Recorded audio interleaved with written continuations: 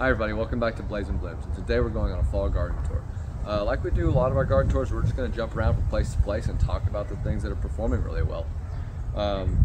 This weekend we're going to get our first frost, so we wanted to make sure to get out here and get this video shot before that happened, because things are going to start going to sleep for the season so they can power down and be ready for next year.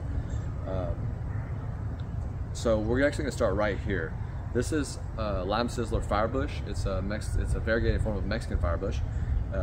Its exterior leaves are chartreuse. It's like very little variegation, right?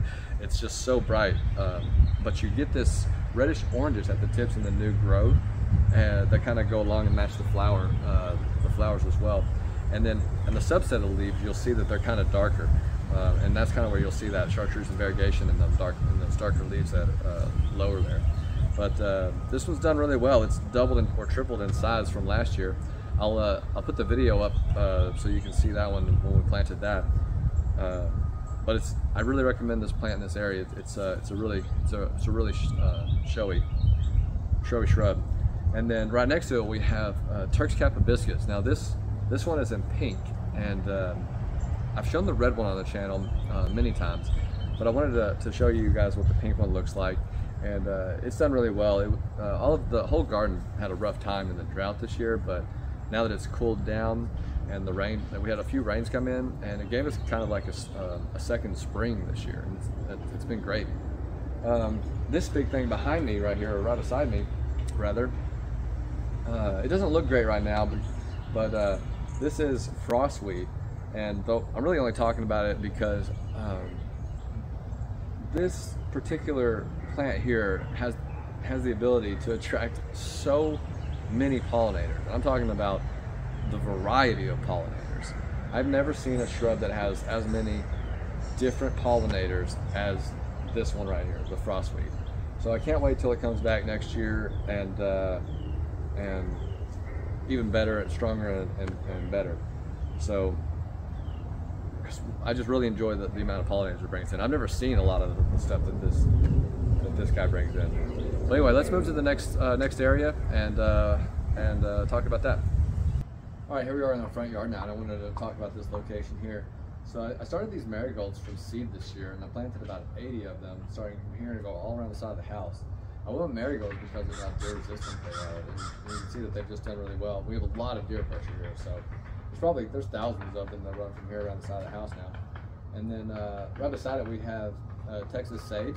I was a little worried about that Texas sage when we planted it because it went through a bit of shock, but here it is. It's tripled in size and it's flowering, so it's pretty happy now. And then just below my feet we got some lamb's ear. So lamb's ear is really good against deer. It doesn't they don't like the texture of the leaf. So if you got a lot of deer pressure, these are a few that the deer don't like. So let's jump on the next spot. I got another spot here that deer don't like either. All right, here we are at our next location, and these are our Mexican sages, and they are kind of past their prime, but they did extremely well this year, and I was super excited. And then they just did such a pop of color for the landscape, and they just look great this year. So I actually even added a third one on the other side of the driveway over there because I enjoyed the way they look so much. And then and they're super deer resistant. Like the deer leave them alone. I do think that a deer ran right through the middle of this one though. There's kind of like a crease here, but it happens. Like if they're not eating it, they're rolling around on it at least, you know.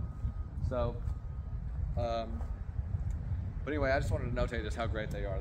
They're fall flowering. They're 4 foot tall right now.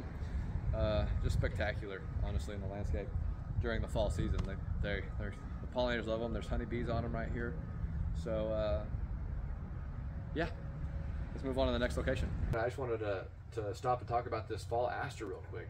Fall aster is a great flowering perennial. It flowers in the fall, as its name is, but it's absolutely covered in flowers though, as you can see. It actually is a little weak past its prime, but it still looks great. It attracts a lot of native pollinators, and it just looks really great in the garden. I'm probably going to get a few more to add this color around the landscape. But yeah, I highly recommend it. All right, here we are at our next location, and I wanted to talk about this vinca. Vinca is an annual in our area here, so it'll die out at the when it gets cold.